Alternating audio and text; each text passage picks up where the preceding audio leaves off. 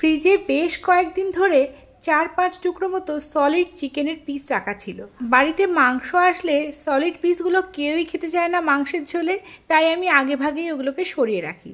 3-4 দিন হয়ে গেল ওটার কি ব্যবস্থা করা যায় ভেবে গতকাল রাতে ডিনারে এই রেসিপিটা ঝটপট বানিয়ে নিলাম।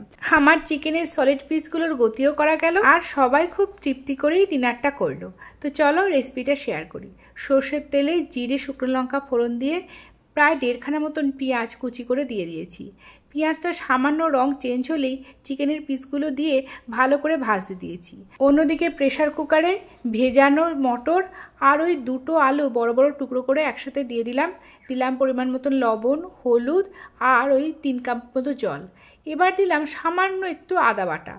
এটা দিলে কিন্তু খুব সুন্দর টেস্ট হয়, তোমরাও দিয়ে দেখতে পারো। এবার 3টে সিটি লাগাতে দিলাম। অন্যদিকে দেখো 5 থেকে 10 মিনিট পর চিকেনগুলো ছোট ছোট টুকরো করে ভেঙে নিয়েছি আর বেশ ভালো রকম ভাজাও হয়ে গেছে। এদিকে এক এক করে বাটা মশলাগুলো দিয়ে দিচ্ছি। দিলাম 1/2 চামচ মতো রসুন বাটা, 1/2 চামচ আদা বাটা, 1/2 চামচের থেকে একটু বেশি টমেটো বাটা আর 1/2 চামচ মতো লঙ্কা বাটা। এবার বেসিক যে গুঁড়ো মশলাগুলো সেগুলোও দিয়ে দিচ্ছি, যেমন হলুদ আর লবণটা যেহেতু আগে দিয়েছি তাই এখানে লবণটা আমি অ্যাড করিনি।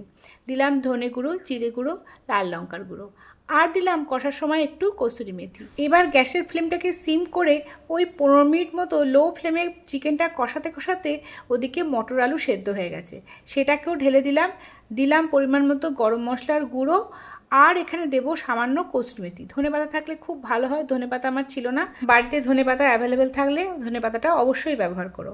এবার খুব ভালো করে মিশিয়ে নিচ্ছি, কয়েকটা আলু ভেঙেও দিয়ে দিচ্ছি যাতে ঝোলটা একটু গাঢ় হয়। এবার সবার লাস্টে দিলাম কিছুটা আরও কসুরি মেথি, দিলাম একটু গোলমরিচের গুঁড়ো আর জিরে ধনে ভাজার গুঁড়ো।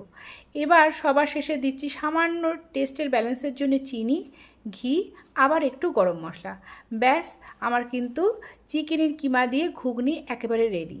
আর খেতে এত অপূর্ব হয়েছিল যে সবাই খুব তৃপ্তি ভরে খেয়েছে। আর ডিনারে বানিয়েছিলাম গরম গরম রুটি, আর রুটির সাথে ঘুগনি তো সবারই ভালো লাগে। দেখো ঘুগনিটা কিন্তু দেখতে বেশ সুন্দর হয়েছে আর ঝোলটাও বেশ গাঢ় হয়েছে, খেতে তো অপূর্ব হয়েছেই। তোমরা বাড়িতে এরকম সলিড চিকেন বেঁচে থাকলে কি রেসিপি বানাও আমাকে অবশ্যই কমেন্টে জানিও। আর আমার এই রেসিপিটা ভালো লাগলে তোমরা অবশ্যই বাড়িতে ট্রাই করে দেখো, কেমন হলো জানিও। দেখো কি সুন্দর দেখতে হয়েছে। এবার রুটির সাথে আমি সার্ভ করে দিচ্ছি। খেতে অপূর্ব হয়েছিল। একটু ঝালঝাল করে বানালে কিন্তু খেতে দুর্দান্ত লাগে এই কিমা ঘুগনি। আর এটা কিন্তু পরোটা বা লুচির সাথেও ভালো লাগে। একটু ঝোল ঝোল নামালে কিন্তু পরে বেশ গাঢ় হয়ে যায়। তাহলে তোমরা অবশ্যই বানিও কিন্তু। আর কেমন হলো কমেন্টে লিখে জানাতে ভুলো না। দেখা হবে পরের দিন নতুন রেসিপির সাথে। টাটা।